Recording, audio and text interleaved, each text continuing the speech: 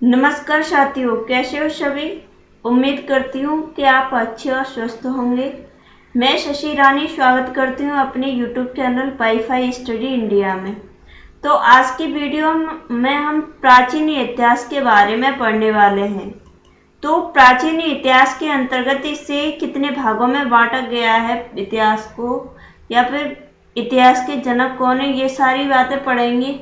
मानव की उत्पत्ति कब से स्टार्ट हुई है, ज्ञानी मानव कब से आया है, ये सारी चीजें के बारे में हम देखेंगे इस वीडियो में।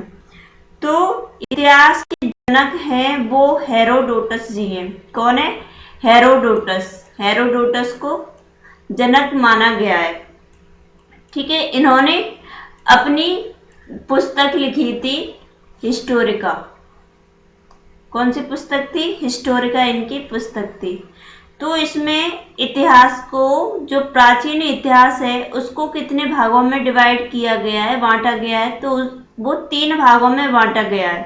पहला है प्रागैतिहासिक काल, जिसे प्री हिस्टोरिक पीरियड बोलते हैं। दूसरा है आधे ऐतिहासिक काल, जिसे प्रोटो हिस्टोरिक पीरियड बोलते हैं। और तीसरा है ऐतिहासिक काल, जिसे हिस्ट्री बोला जाता है। अब प्रागैतिहासिक काल जो है उसमें देखा जाता है तो उसमें लेखन कला नहीं थी, बिल्कुल भी कोई लेखन कला नहीं थी। जो मानव था वो बंदर की भांति चलता था, और बंदर जितनी बुद्धि थी उसमें देखा जाए। और उसी टाइम मानव ने पत्थर की खोज की थी, तो उस पत्थर की खोज के कारण उस युग को पाषाण काल या स्टोन एज भी बोल देते हैं। दूसरा आता है आधे ऐतिहासिक काल, जिसमें जो साक्ष्य मिले वो लिखित तो थे, लेकिन उन्हें कोई आज तक पढ़ नहीं पाया, वो अपठनीय है।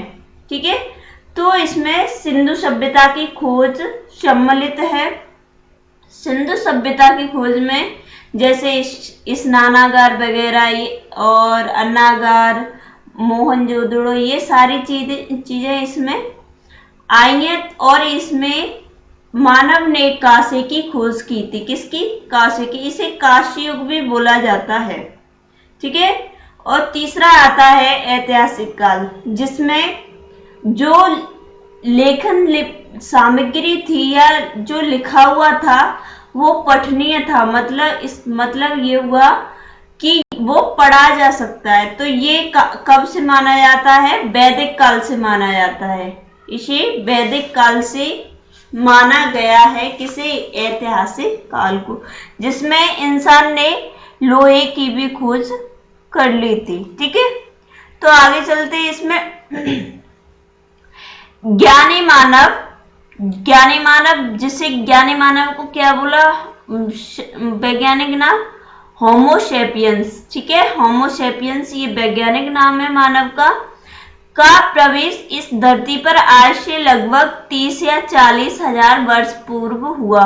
मतलब आज से 30 या 40 हजार पहले ज्ञानी मानव मतलब होमोसेपियंस का प्रवेश हुआ इस धरती पर। ठीक है, और भारत में मानव का पहला कंकाल का जो साक्ष्य मिला है, कंकाल का साक्ष्य वो कहां से मिला है? नर्मदा सोन घाटी में मिला, जिसे नर्मदा मानव भी बोला जाता है। जो कंकाल मिला था उसे नर्मदा मानव भी बोला जाता है। कहां से मिला? भारत में मिला है पहला साक्ष्य। ठीक है, कहां से? ये क्वेश्चन आता है कि पहला कंकाल साक्ष्य भारत में कहां से मिला?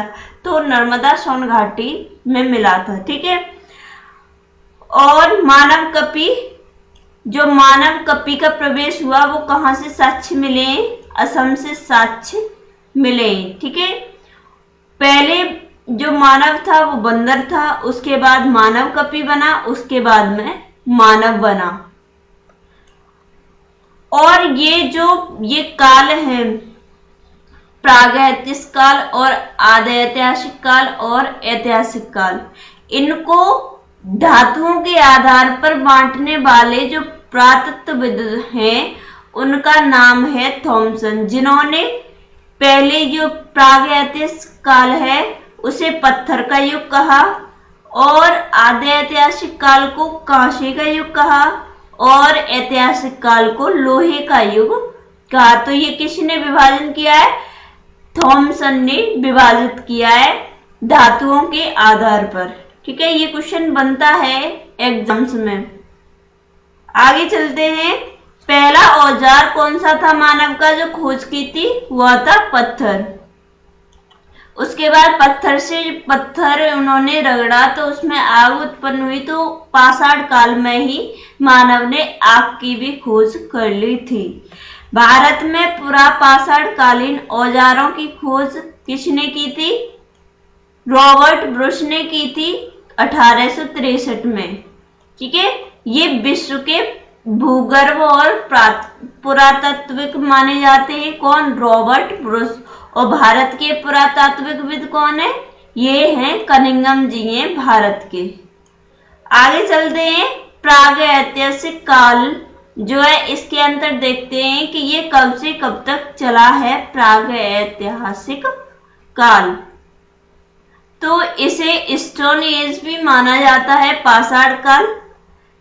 कंफ्यूजन नहीं होना है इसमें। तो इसमें इसे भी 3 भागों में बांटा गया है। पहला है पुरापाषाण काल, दूसरा है मध्यपाषाण काल और तीसरा है नवपाषाण काल। इसमें 10,000 BC तक, इसका मतलब ये हुआ 10,000 ईसा पूर्व। अभी जो चल रही है ईसवी, जो ईसा मसीह के बाद में ईसवी आई थी, लेकिन ईसा मसीह के जन्म से पहले का माना जाता है ये 10,000 वर्ष BC ईसा पूर्व तक ये माना गया। कौन सा? पुरापाषाण काल, जिसमें मानव ने पत्थर का प्रयोग किया था और गुफाओं में रहना सीखा था। जो चीन में एक गुफा थी कोजियन गुफा, उसमें इसके साक्ष्य मिलते। कौन सी गुफा? कोजियन गुफा। ये क्वेश्चन बनते हैं एग्जाम्स में। और मानव ने आग जलाना सीखा किसमें? पुरापाषाण काल में, ये याद रखना।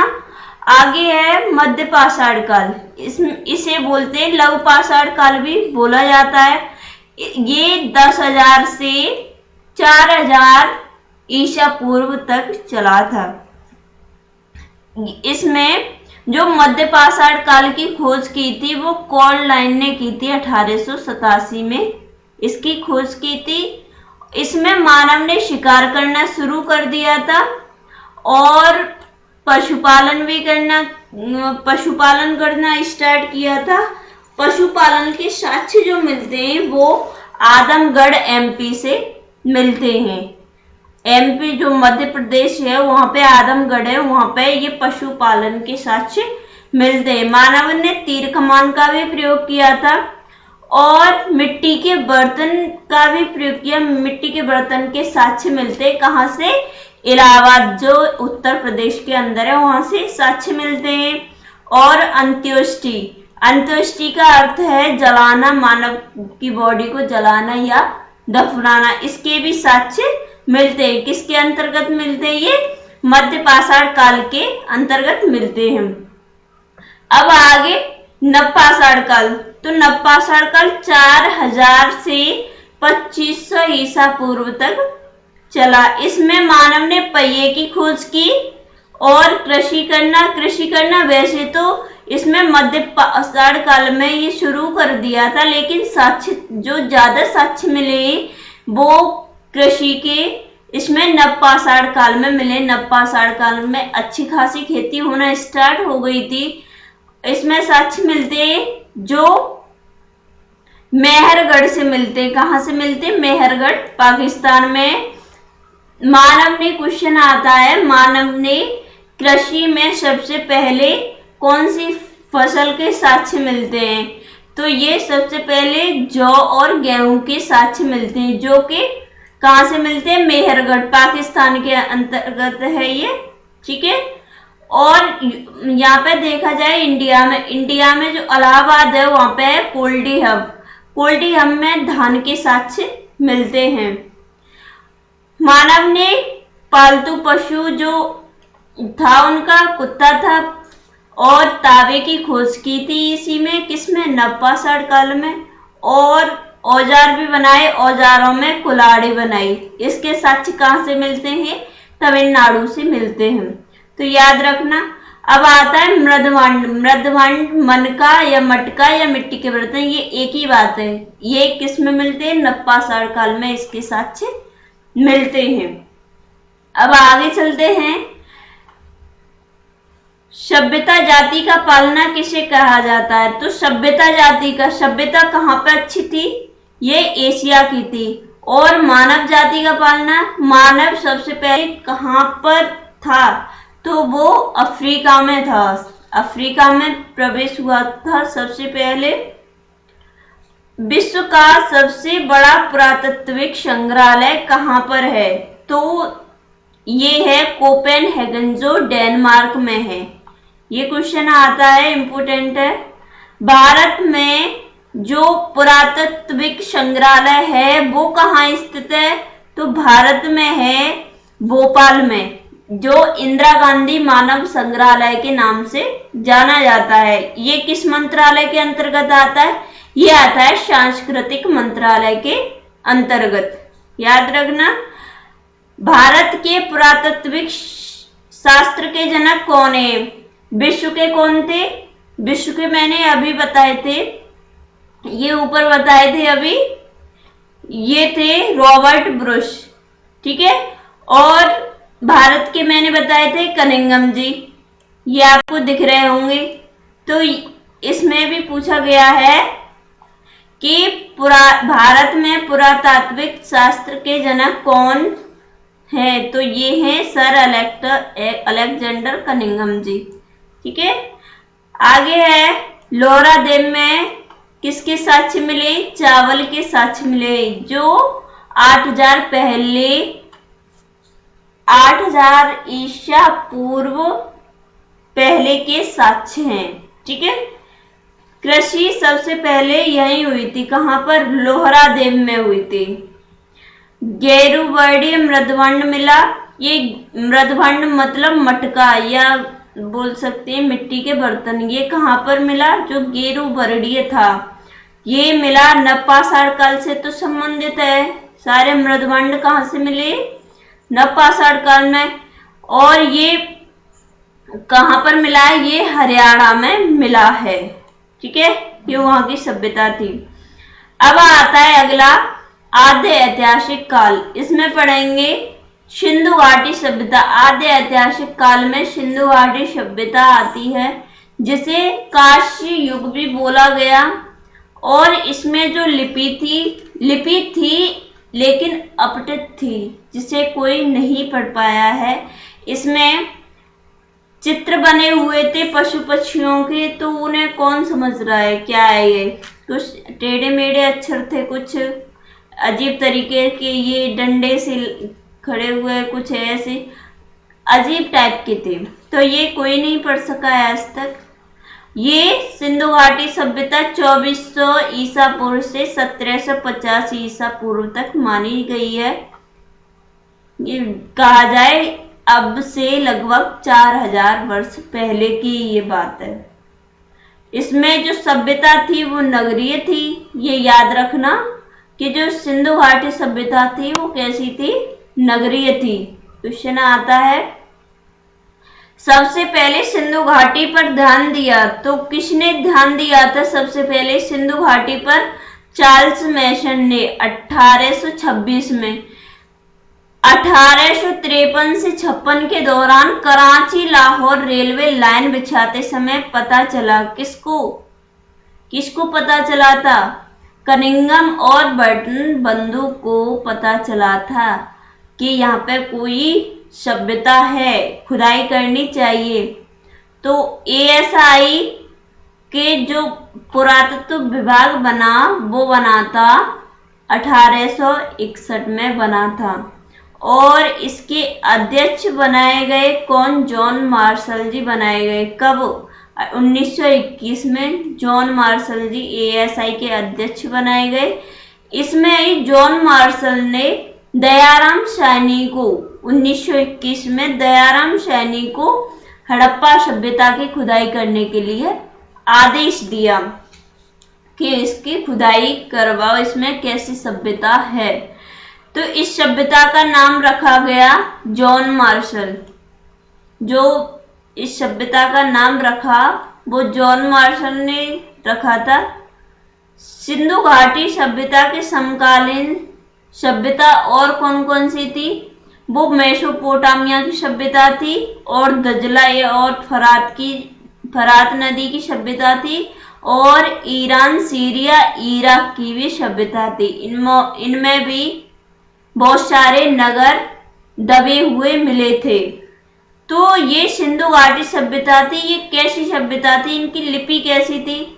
ये भाव चित्रात्मक थी, मतलब चित्र बने हुए थे और अंदर के भाव कुछ थे, जैसे जानवरों के चित्र बनाना, तो यही तो भाव से ही तो बनाएंगे। तो वही है, ये पिक्टोग्राफी थी। और ये लिपि राइट टू लेफ्ट लिखी जाती थी, मतलब जो सीधा है वो उल्टे की तरफ लिखा जाता था। ठीक है, इसमें जो सिंधु घाटी सभ्यता कहाँ कहाँ तक फैली हुई थी वो इसमें देखते हैं। तो ये होता है, ईस्ट होता है इधर, पूरब होता है इधर, पश्चिम होता है, वेस्ट होता है और ऊपर होता है नॉर्थ और नीचे होता है साउथ। ये होते हैं। तो इसमें देखा जाए जो ईस्ट की तरफ सभ्यता थी तो वो आलमगीरपुर जो उत्तर प्रदेश में है वहां तक थी, जो हिंडन नदी के किनारे स्थित है। ये पड़ता है मेरठ में। ठीक है, और जो वेस्ट में थी, पश्चिम में, ये सुतकांगेडोर बलूचिस्तान के अंदर थी। यहां तक फैली हुई थी ये सभ्यता जो दास्क नदी के पास थी। और नॉर्थ में देखा जाता है तो मंडा जो जम्मू कश्मीर तक फैली हुई थी, चेनाब नदी के पास तक। और इधर नीचे देखते हैं साउथ में, तो ये दैमाबाद जो महाराष्ट्र में है वहां तक फैली हुई थी, गोदावरी की सहायक नदी प्रवरा के पास तक। तो ये सभ्यता हमारे भारत और पाकिस्तान के बीच में फैली हुई थी। ये क्वेश्चन आता है कि सिंधु घाटी सभ्यता किस आकार में है? तो ये त्रिभुजाकार में मानी जाती है। कौन से आकार में? त्रिभुजा आकार में। ये त्रिभुजा आकार में मानी जाती है सभ्यता। ठीक है, आगे चलते हैं। इसमें पहला नगर आता है हड़प्पा। कौन सा नगर आता है इसमें? हड़प्पा नगर आता है। तो हड़प्पा के अंतर्गत देखा जाता है, एक सेकंड, ये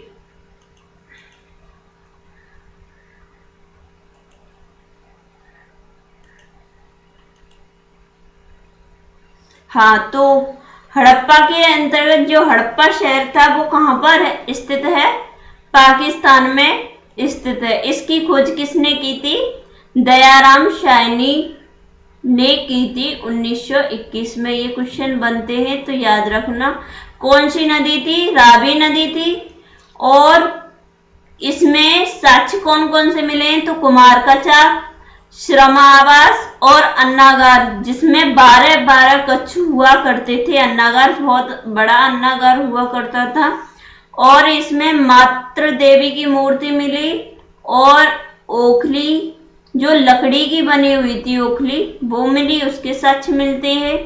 ताबूत मिले थे, जिस ताबूत क्या होता है? जिसमें मृतक को दफनाया जाता है, वो ताबूत मिले इसमें। और कब्रिस्तान मिले थे। वो कहाँ पर मिले थे? दमदमा जो उत्तर प्रदेश में स्थित है वहां पर कब्रिस्तान के साक्ष्य मिलते हैं।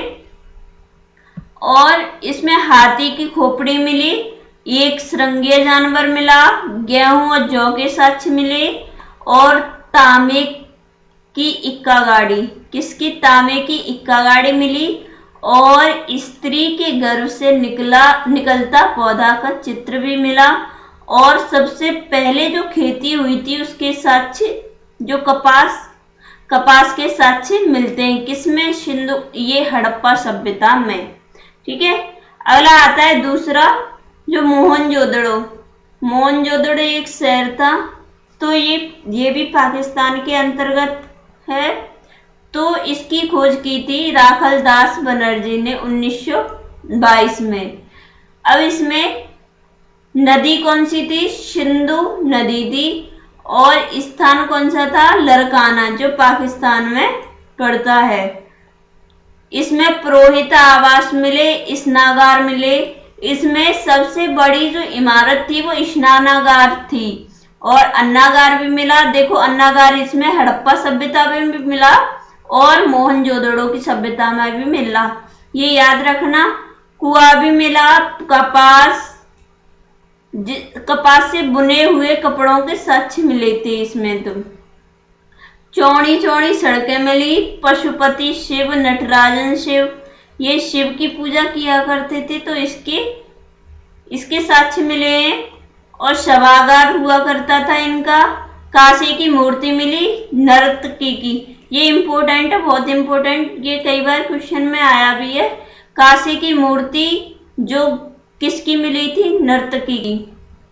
तावे का ढेर मिला, और शवों को जलाना, ये मोहनजोदड़ो के जो लोग थे वो शवों को जलाते थे। और इसमें क्या करते थे? इसमें दफनाते थे। किसमें? हड़प्पा सभ्यता में। हड़प्पा में दफनाते थे और मोहनजोदड़ो में जलाते थे, ये याद रखना। और यहीं से स्वास्थ्य चिन्ह मिला, और सर्वाधिक जनसंख्या वाला नगर मिला था। कौन? मोहनजोदड़ो सबसे ज्यादा जनसंख्या वाला नगर था। और श्रृंगार के साक्ष्य मिले, जैसे चूड़ी वगैरह, बिंदी, ये सारी चीजें किसमें मिली थी? मोहनजोदड़ो में मिली थी। अब आगे आता है तीसरा, चनूदड़ो। ये किस में चल रहे हैं? सारे सिंधु जो नदी थी उसी के आसपास सारी शहर हैं ये। तो चनूदड़ो जो पाकिस्तान में है, उसकी जो खोजकर्ता थे गोपाल मजूमदार को ये जिम्मेदारी सौंपी गई थी। तो ये नदी कौन सी नदी थी? सिंधु नदी थी। सिंधु नदी के पास में ही खुदाई हुई थी। तो ये यहाँ पे मिले थे सीसा, काजल, कंघी, लिपस्टिक, ये सारी चीजें यहाँ पे मिली चनूदड़ो में। चनूदड़ो में याद रखना, ये श्रृंगार वाली और श्रृंगार के साक्ष्य उसमें भी मिले थे। किसमें? हड़प्पा सभ्यता में भी मिले थे और चनूदड़ो में भी मिले थे, याद रखना। और इसमें गुड़िया मिली थी, मनका, मनका मतलब मटका, ये मिले थे। सुई धागा, बिल्ली का पीछा करते हुए कुत्ते के पैरों के निशान भी मिले थे। और अलंकृत ईंटें जो गोल वक्राकार के रूप में थी। कौन? ये ईंटें, इस टाइप की ईंट, गोल और वक्राकार आकार में ईंटें मिली। दुर्ग रहित, जो दुर्ग थे वो खुले हुए थे। सड़कें थी वो टेढ़ी मेढ़ी मिली। इसकी सड़कें कैसी थी? टेढ़ी मेढ़ी थी। अब चौथा आता है सूतकांगे डोर, जो पाकिस्तान में ही स्थित है। ये कौन सी नदी थी? दास्क नदी के पास। खोज किसने की थी? ऑरेल स्टाइन ने। यहाँ बंदरगाह के साक्ष्य मिलते हैं। और सिंधु सभ्यता का सबसे पश्चिमी छोर कौन सा है? ये सूतकांगे डोर है। ये इसमें ये वाला याद रखना, बंदरगाह के साक्ष्य मिलते हैं, ये क्वेश्चन में आता है। आगे है गुजरात से क्या क्या मिला था? गुजरात में सूतकांगे डोर, ये सुतकोटड़ा और धोलावीरा और लोथल रंगपुर, ये सारे किसके अंदर थे? ये गुजरात के अंदर थे, जो कच्छ के रण में स्थित थे। तो ये गुजरात में पहला आता है। लोथल को देखते हैं। लोथल जो नदी थी वो थी भोगवा नदी के आसपास। इसमें बंदरगाह के साक्ष्य मिलते हैं। विदेशियों से व्यापार हुआ करता था और विदेशी मोहरें भी मिली हैं। यहाँ पर दरवाजे मुख्य सड़क पर खुलते थे। किधर खुलते थे? मुख्य सड़क पर खुलते थे। युगल शवादहन भी मिला था। इसका मतलब हुआ साथ साथ मतलब दहन होना, जैसे लेडीज पुरुष का साथ साथ में दहन करना या जलाना, ये युगल शवादहन होता है। और ये बाजरा और चावल के साक्ष्य मिले थे कहाँ से? लोथल से। याद रखना, शतरंज का खेल के साक्ष्य कहाँ से मिले? लोथल से मिले। अब आगे आता है धौलावीरा। धौलावीरा में क्या क्या मिला? ये जलकुंड के साक्ष्य और जल निकासी की उचित व्यवस्था थी। किसमें? धौलावीरा में। इसमें नालियां अंदर को ढकी हुई निकलती थी, जैसे सिटियों में ढकी हुई निकलती है उसी तरह ढकी हुई नालियां थी। अच्छी व्यवस्था थी इसमें। इसमें मृतकों का नगर भी बोला जाता है, और हाथी दांत का पैमाना और मम्मी का मॉडल और घोड़े। मम्मी का मॉडल का मतलब ये है कि जो मम्मी के मॉडल से संबंधित है, जो ताबूत होते हैं उनके अंदर सब मिला हुआ, ठीक है। और घोड़े की अस्थियां मिली कहाँ से? सुतकोटड़ा से भी ये घोड़े की अस्थियां मिली। और लोमड़ी और चिड़िया का चित्र मिला। लोमड़ी और चिड़िया का चित्र मिला किसमें? ये मिला था धौलावीरा में, ठीक है। अब आता है आगे पंजाब। पंजाब में जो रोपड़ जगह है वहां पे सतलज नदी, जो सतलज नदी के किनारे स्थित है, वहां पे उसकी खोज किसने की थी? यज्ञ दत्त शर्मा जी ने की थी। वहां पे कुत्ता के साक्ष्य मिलते हैं। किसके? कुत्ता के साक्ष्य मिलते हैं। अब हरियाणा में जो बनमाली स्थान है वहां पे नदी कौन सी है? रंगोई नदी। और खोज किसने की? रविंद्र सिंह ने खोज की। इसमें हल्के साक्ष्य मिलते। हल किसका? टेराकोटा का। ये टेराकोटा का मतलब क्या है? मिट्टी का हल मिला है। टेढ़ी मेढ़ी सड़कें थी इसमें, और जो नाली थी वो थी नहीं, पानी ऐसे ही बिखरा हुआ चलता था। और राखी गढ़ी के अंदर ये सबसे बड़ा स्थल माना गया राखी गढ़ी को। राजस्थान में क्या क्या मिला? राजस्थान में कालीबंगा। कालीबंगा में जो खोजकर्ता थे वो थे थापर जी और बीबी लाल। ये दोनों ने खोज की थी मिलकर। नदी कौन सी थी? घग्गर नदी थी। कौन सी नदी? घग्गर नदी। इसमें जुता हुआ खेत के साक्ष्य मिले, जिसमें चना सरसों के साक्ष्य मिले हैं। और चूड़ी के साक्ष्य मिले किसमें? कालीबंगा में काली चूड़ी, ठीक है। और लकड़ी का हल मिला, और 7 हवन कुंड मिले। किसमें? राजस्थान में।